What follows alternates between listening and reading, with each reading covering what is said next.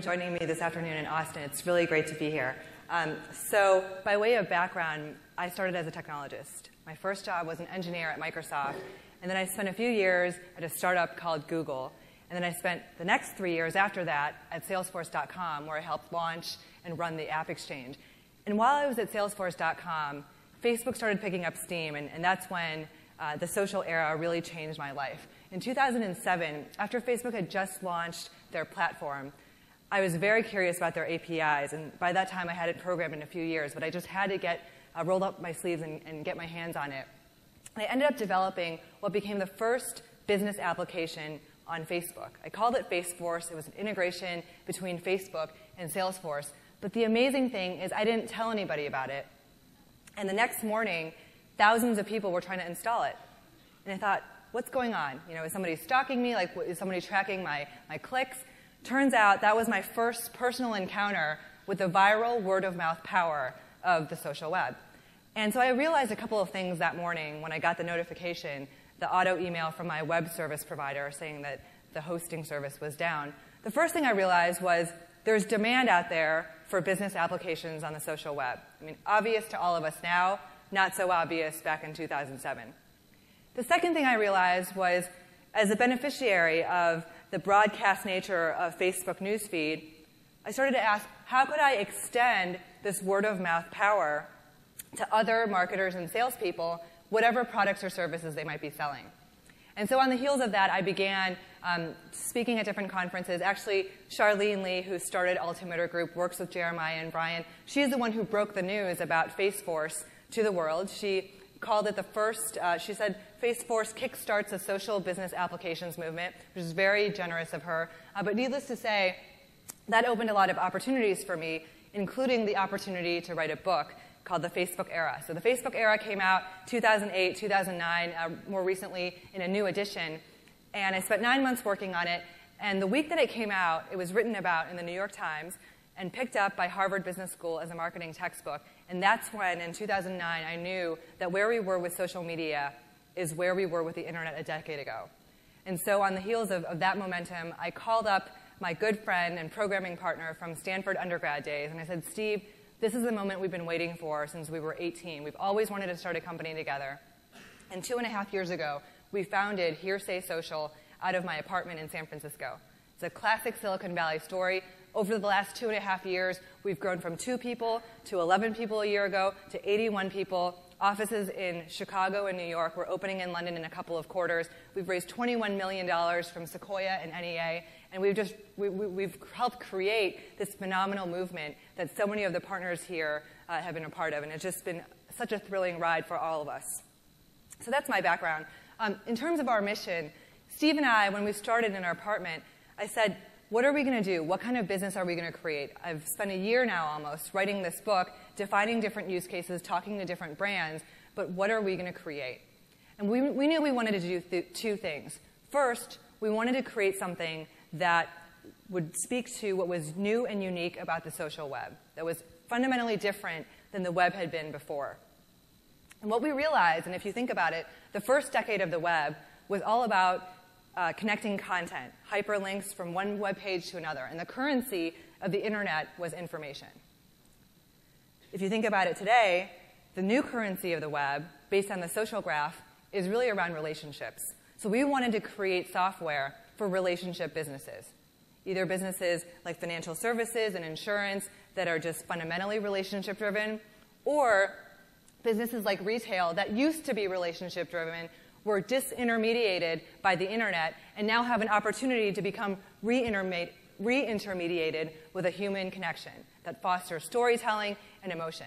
And so that's exactly what we did. The other outcome that we wanted was we wanted to play to our strengths. And Steve and I are engineers. We wanted to build something that was very hard technology, that other people, it would require a disproportionate amount of effort for them to build. And so what we've done is we've focused on building software to power complex federated organizations, companies in insurance, in banking, in retail, direct selling organizations, multi-level marketing firms, where you have a strong global or national brand like Farmers Insurance, like 24 Hour Fitness, combined with levels of hierarchy and complexity at the regional level, country level, local level, different roles, different entitlements, as well as regulatory hurdles in many cases. And again, if you think about the core of how we began, it really started with the consumer. And if you look at Facebook profile through all of its iterations over the years, this is really something that has driven all of us and why we're here.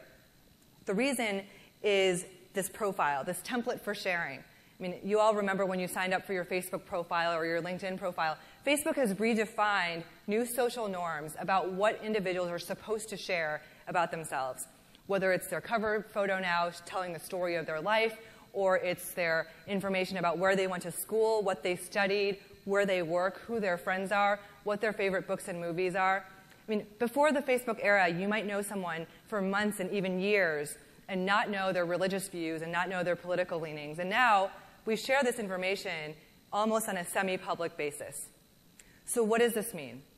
What does this mean when you have this template for sharing that's redefining social norms, and you have an audience you trust, namely your family and friends, which create then the greatest motivation of all to share? Well, what this means on a personal level is twofold. The HBS professor who is using the Facebook era in his class has found, number one, that relationships are accelerating. Sooner after you meet someone, you're deciding whether you want to pursue a relationship with them, whatever that may be. It could be whether you want to work for them, whether you want to hire them, whether you want to date them. Because in the past, whereas you'd have to wait until date number 3 or interview number 7 to cut to the chase and find out this information, today we're gleaning a lot of that information ambiently through the profile, through the status updates, through mutual friends and contacts. The second implication that we found in this HBS study was that on average, people who are on social networking sites, not surprisingly, have larger social networks. It's easier to keep in touch with people, and the cost of staying in touch has gone down. And so all of us, all of our employees, all of our customers, their networks have grown in size. Well, what does this mean? Well, in the 1970s, a sociologist, Mark Granovetter, found that social capital is optimized by the size of your network. The more people you keep in touch with, the more people, the bigger pool of people you can call on in times of need, when you're looking for a job, when you're looking for a husband, when you're looking for whatever you might be looking for. And so it's disproportionately favoring people who master these new technologies, but not just to be on in mass, but in a way that's authentic. And this is true for persons as well as for brands. On the business side, of course, how many of you are running Facebook ad campaigns right now? Raise your hand. So maybe half of you. On the business side, it's been interesting to see how the proliferation of this data, to Diane and Eric's earlier presentations and the points they were making, has fundamentally changed the way that marketers can target their messages and create very custom, social, personalized experiences. Being able to hyper-target based on what somebody's preferences are, the Facebook pages that they like, the people that they're following on Twitter, the activity and the things that they're saying and their status message is really changing the way that marketers communicate. And so that's really been at the core of what we've done at Hearsay, and I'm sure many of you in this room. And the thing is about social technologies is that they keep pushing the boundaries of sharing. Privacy gets redefined every time Facebook pushes out a new feature, every time people feel comfortable sharing yet another aspect of their life, either in the present, in the future, or even in the past, as we've seen with Timeline. And so we were thrilled last Wednesday to be a launch partner with Facebook as part of their brand Timeline launch, and just really thinking about how, again, that changes the game for the stories that are told, and how more than ever, content is not only king, but real-time, fresh, engaging, authentic content is a must. Static tabs, fan gating is out. Fresh content as a requirement is in. And that's true whether you're selling gym memberships, insurance, or financial services. It doesn't matter what business you're in. And so I'd like to ask all of you, where are you on the social business maturity curve? Now, this isn't a curve that we ride up and to the right and we never revisit. It's more like a cycle of social business where we're continually refining what we do. But by and large, most of us start off listening.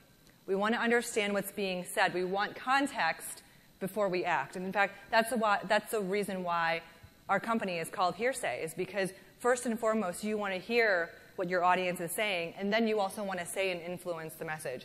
And so starting there, getting context, and then moving into quickly defining a social strategy. Again, very important to do before we act. And I think by this point, many of us, especially in this room, have reached this juncture, and certainly even the piloting phase.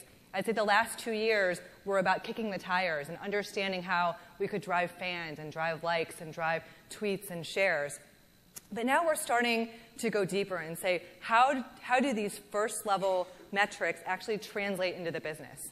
How do we actually change the business and graduate from a one-off pilot in a single department to true business transformation, both internally and externally, just like Diane was talking about? And only then, through moving past the pilot and holding ourselves accountable to more serious metrics, can we then reap these tangible results that everyone's asking about.